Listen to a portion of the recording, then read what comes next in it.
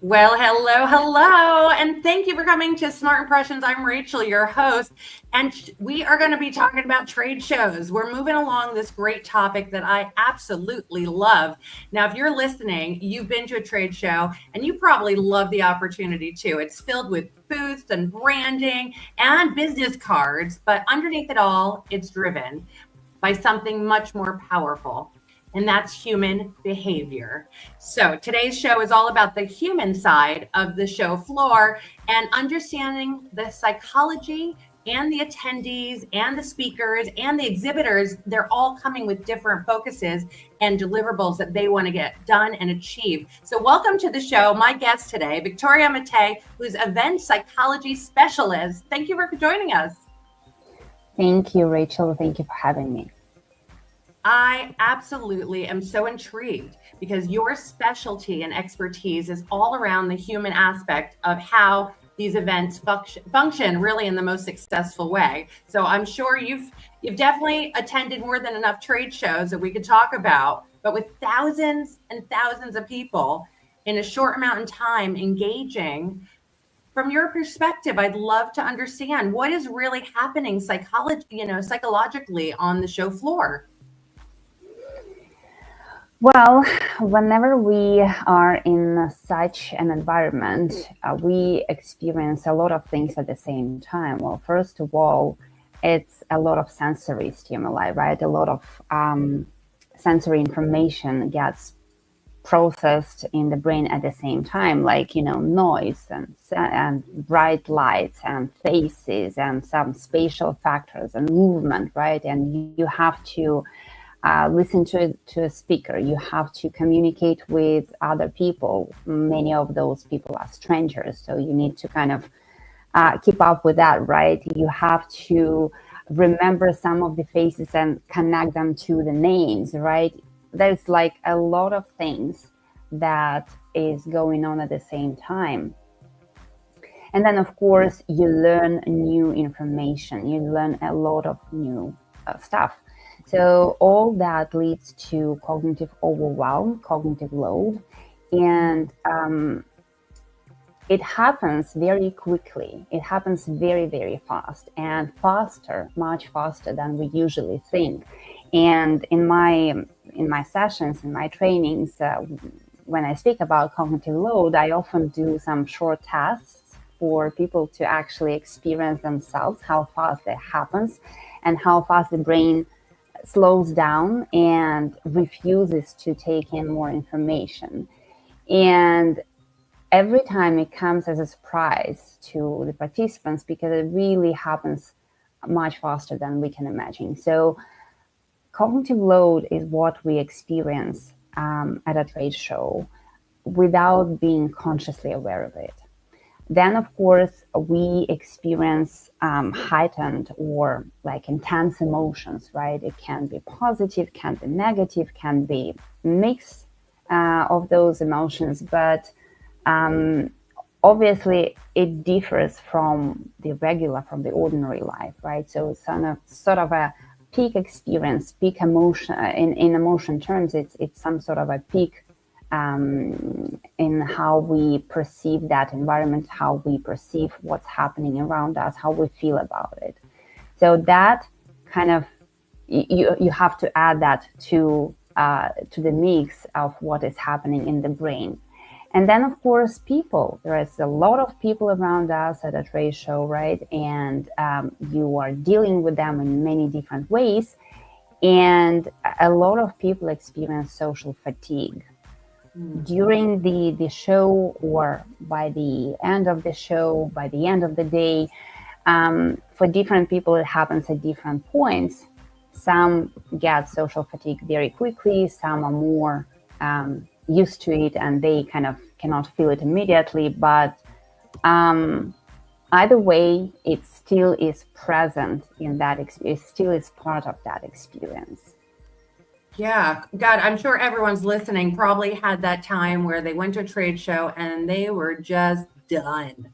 I mean, and I want you to jump into the conversation. We got Victoria today. So please, if you got any questions or just you say, yep, I've been there, done that. I was tired, my feet are killing, and I just can't take any more conversations for the day.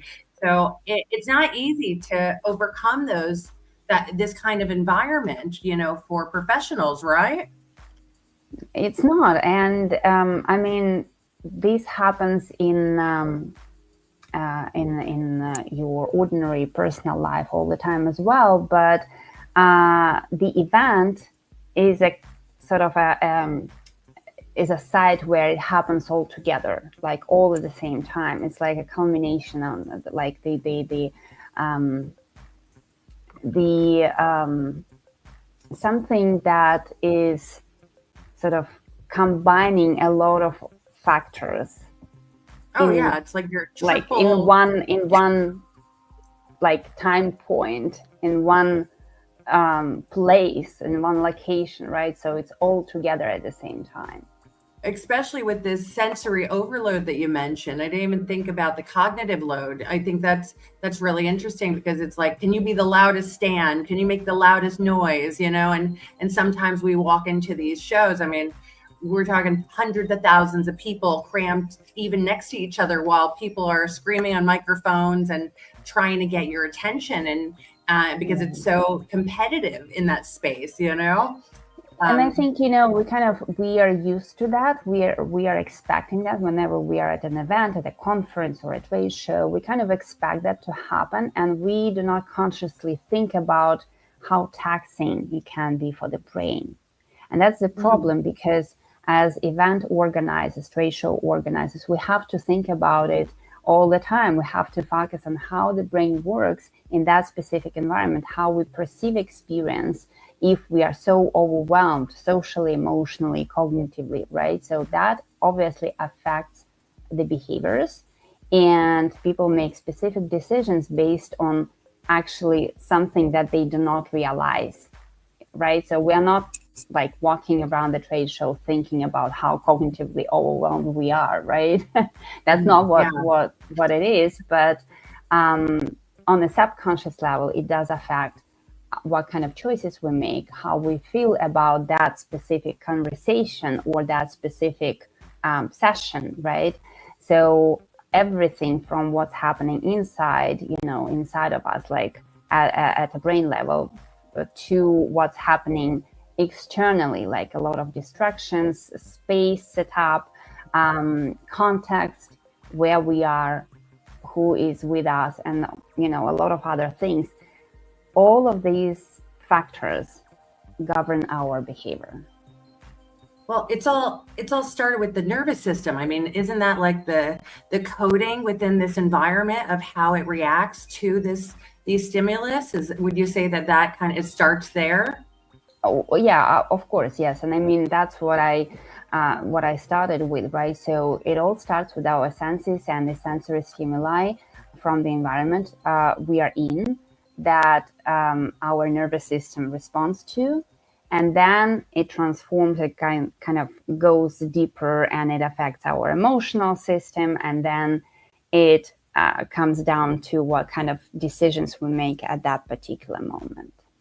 No doubt. I mean, my brain is just going all the way from I in so many different directions right now. I want to take this conversation. I absolutely love it, because wellness is at the forefront of every business's agenda right now. And I do feel that the trade show space needs it more than any other, industry. Would you agree?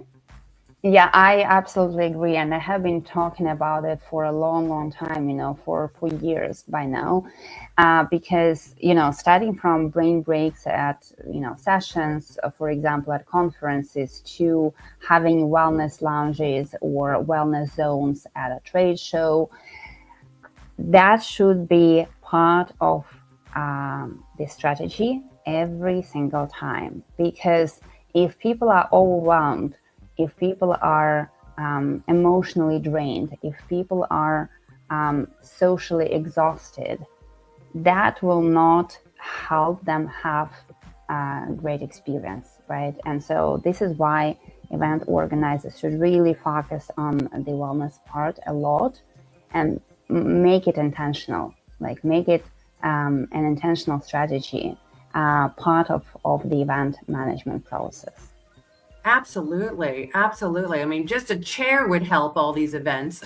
Just sometimes looking for a place to sit is a challenge, and that obviously is part of the wellness journey. But Yeah. And I think, there are some sort of factors that are visible, more obvious, like have some space where people can relax and take a seat for a moment, right? And that's actually where serendipitous conversations happen, right? We all experience that at some point, where you just bump into someone, or you just took a seat and just to take some rest, right? And then someone else, like a stranger, joined you, and then you had a great conversation, maybe the greatest from the entire experience, right?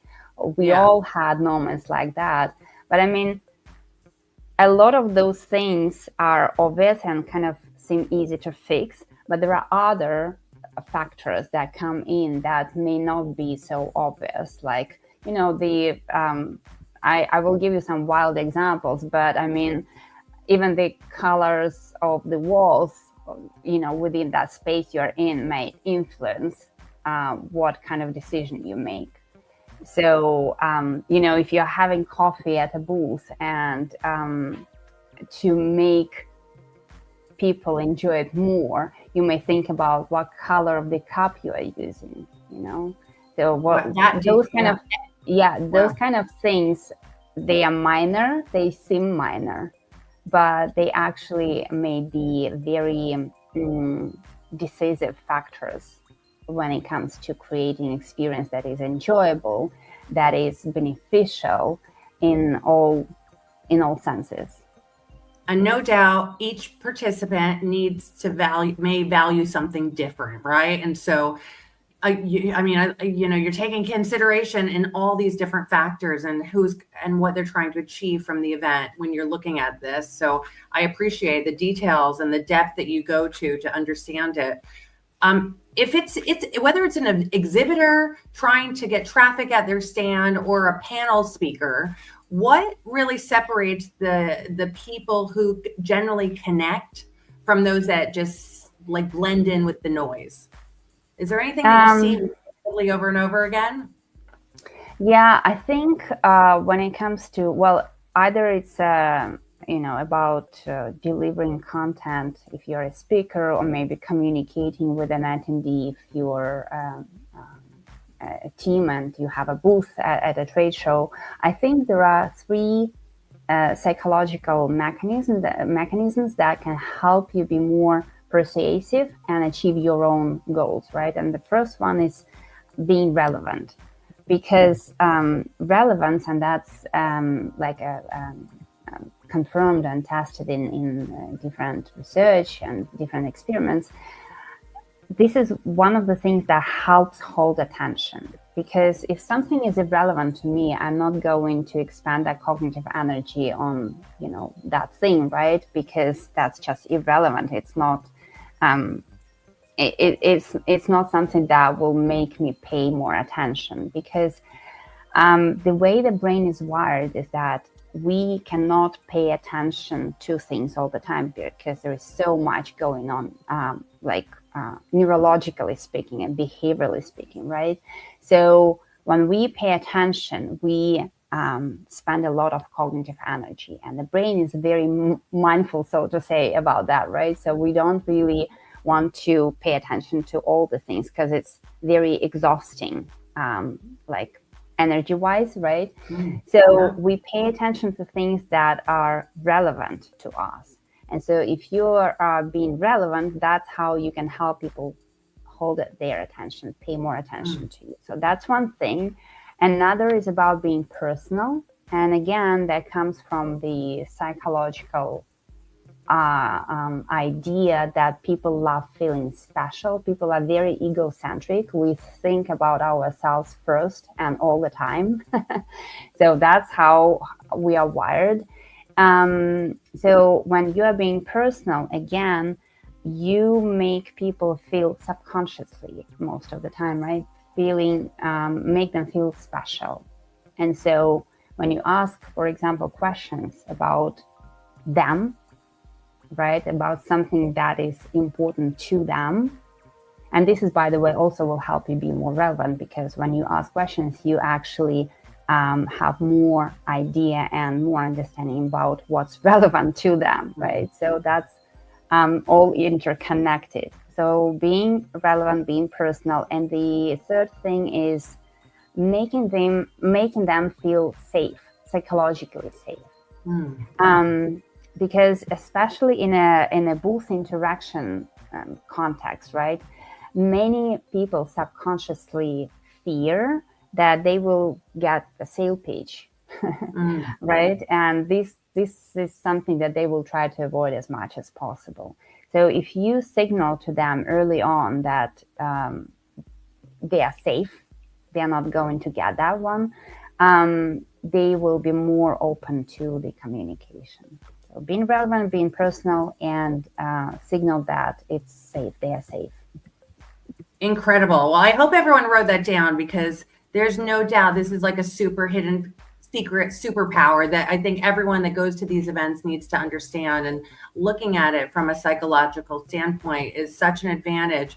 And so I absolutely can't thank you enough for sharing the top 3 ways that people can be more relevant, be personal, and give people the opportunity to really feel safe, to really understand how to connect better in these business interactions in the best way, especially being under all this pressure. I can only imagine how many people are in survival mode in these spaces, right? Yeah, absolutely. Like more than we think. Wow. That would be some interesting AI insight. Wouldn't you agree? Yeah, I mean that's a completely different conversation about AI insights, But I think we with AI, it's easier to capture some of the things that we are currently undervalue or underestimate. Yes. Absolutely. And the technology is moving so fast. I love that you are behind the human aspect of it, because this is really the future where we're going to excel, because this is going to be more desirable over time, because we're losing it. And I'm sure you see the lack of these communication skills and being able to know how to even connect on a regular basis. So I hope business is booming. And for anyone that's listening, if you got to figure out why your success or your event has not been successful, you better reach out to Victoria, because this girl is the event psychologist who's going to help you figure out what's happening behind the human, because that's exactly where the problem lies. Victoria, great insight. Thank you so much for being my guest today on Smart Impressions. Thank you. Well, there's no doubt this show is sponsored by the Biz Angels, because if you get too tired and can't walk anymore, or just don't want to connect with anybody, you got to outsource it. And that's what the Biz Angels do. We can't thank you again for joining us for this episode of Smart Impressions, where we're unlocking business relationships one connection at a time. And that's what it is. It's all about connecting. And Victoria, our guest today, has helped shown you the way. So please reach out. Feel free to follow her on her website. It's down below on the link. And reach out if you have any questions. We hope that the value of our guests bring to you so you can have the best experience at your next trade show. Have a beautiful day, and we'll see you next week. Thanks, everyone.